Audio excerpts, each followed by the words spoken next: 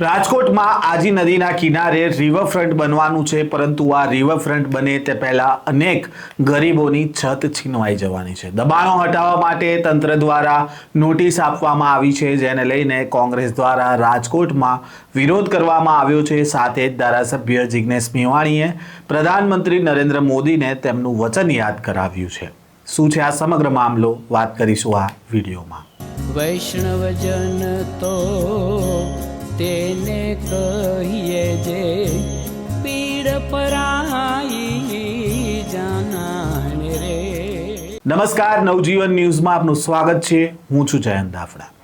રાજકોટમાં આજી નદીના કિનારે રિવરફ્રન્ટ પ્રોજેક્ટ માટે સરકારી જમીન પરના દબાણો હટાવવા આપવામાં આવેલી નોટિસો સામે કોંગ્રેસે ઉગ્ર વિરોધ નોંધાવ્યો છે। કોંગ્રેસની આગેવાનીમાં ધારાસભ્ય જિગ્નેશ મેવાણી સહિતના કોંગ્રેસના આગેવાનોએ જિલ્લા કલેક્ટરને રજૂઆત કરીને માંગ કરી હતી કે વર્ષોથી રહેતા ગરીબ પરિવારોને બેઘર ન કરવામાં આવે, સમય આપીને આધાર પુરાવા ચકાસી વૈકલ્પિક વ્યવસ્થા કરવામાં આવે। કોંગ્રેસનો આરોપ છે કે રિવરફ્રન્ટના નામે ગરીબોના મકાન તોડવાનો કારસો ઘડવામાં આવ્યો છે।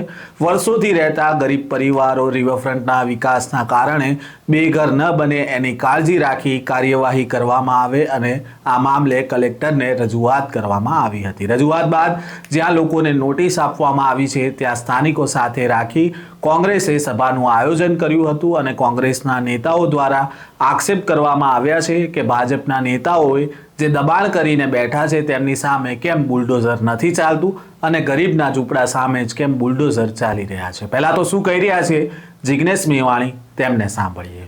ભારતીય જનતા પાર્ટીના ચહીતા બિલ્ડરો, ઉદ્યોગપતિઓ અને ભાજપના આગેવાન નેતાઓના ગેરકાયદેસર મકાનો, કરોડો અરબોની જમીનોમાં થયેલા ગેરકાયદેસર દબાણો ખુલ્લા નહીં કરવા અને જે ગરીબ માણસે રાજકોટ શહેરમાં પોતાની મહેનતની પાઈ જોડીને ઝૂંપડું કે કાચું પાકું મકાન ઊભું કર્યું છે એને નોટિસ આપીને તોડી પાડવાનો રિવરફ્રન્ટના નામે જે કારસો ઘડવામાં આવ્યો છે એની વિરુદ્ધમાં રાજકોટ શહેર કોંગ્રેસ વતી અમે આજે કલેક્ટરશ્રીને આવેદનપત્ર આપ્યું છે।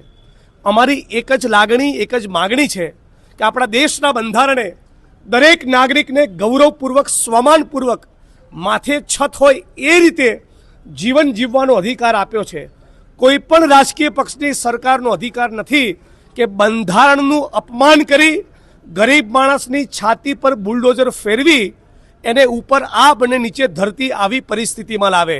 અમે માગણી કરીએ છીએ કે રિવરફ્રન્ટ એક ગરીબના ઝૂંપડા, ગરીબના કાચા પકા મકાનના ભોગે હોઈ શકે નહીં, પણ છતાં એક ટકો કેસમાં સુરતમાં, વડોદરામાં, રાજકોટમાં, અમદાવાદમાં ક્યાંય પણ કોઈ પણ નાગરિકનું ઘર તોડવામાં આવે 1% કેસમાં, તો એને મનપસંદ એવી વૈકલ્પિક વ્યવસ્થા ઊભી કરવી જોઈએ। આ બાબતના નામદાર ગુજરાત હાઈકોર્ટ, સુપ્રીમ કોર્ટના 1 ડઝનથી વધારે ચુકાદાઓ છે। આવા ચુકાદાઓની અવમાનના કરી વિકાસના કોઈ પણ પ્રોજેક્ટ કે રિવરફ્રન્ટના નામે રાજકોટવાસીઓને બેઘર કરવામાં આવે અને ભાજપના નેતાઓના દબાણો માટે મૌન ધારણ કરવામાં આવે એ કોંગ્રેસ પાર્ટી તરીકે અમે ચલાવી લેવાના નથી।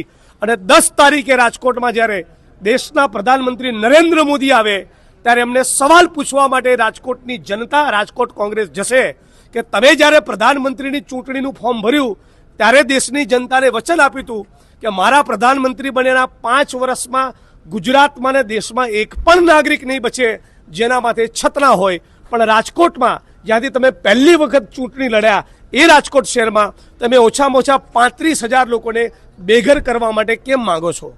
ધારાસભ્ય જિગ્નેશ મેવાણીએ કહ્યું કે ભાજપના નેતાઓના ગેરકાયદેસર મકાનો કે દબાણો ખુલ્લા નહીં કરવા અને તેના બદલે રાજકોટમાં ગરીબ માણસોએ મજૂરી કરી ઝૂંપડું કે કાચું પાકું મકાન બનાવ્યું છે તેને તોડી પાડવા માટે રિવરફ્રન્ટના નામે કારસો ઘડવામાં આવ્યો છે। આના વિરોધમાં આજે રાજકોટ શહેર કોંગ્રેસના સમર્થનમાં અમે આવ્યા છીએ અને આ વિસ્તારના લોકોને પણ અમે મળવાના છીએ। આજે કલેક્ટરને પણ અમે મળીને રજૂઆત કરી છે અને બંધારણીય રીતે ગરીબ માણસોના હક ન છીનવાય તેની રજૂઆત કરવામાં આવી છે। તેમની માંગણીઓ મુજબ વૈકલ્પિક વ્યવસ્થા કરી આપવામાં આવે તેવી અમારી માંગ છે અને આવું ન થાય તો 10 તારીખે પ્રધાનમંત્રી નરેન્દ્ર મોદી રાજકોટ આવે એટલે કહેજો કે તેમને પ્રથમ વખત વડાપ્રધાન બન્યા એ ચૂંટણીમાં લોકોને વચન આપ્યું હતું કે ઘર વગર એક પણ માણસ નહીં રહે, બધાને ઘરનું ઘર કરાવી આપશે તો રાજકોટમાં કેમ ડિમોલેશનની નોટિસ મળી છે. આ રાજકોટના એ લોકો છે જેમણે પ્રથમ વખત ચૂંટી મુખ્યમંત્રી બનાવ્યા હતા. એ જ રાજકોટવાસીઓના આજે ઘર તૂટી રહ્યા છે. તો આવું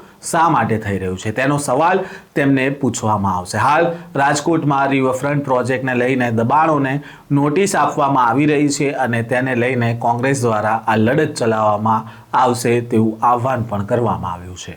આ પ્રકારના સમાચાર અહેવાલ સાથે ફરી મળીશું. નવજીવન ન્યૂઝ સાથે જોડાયેલા રહેજો.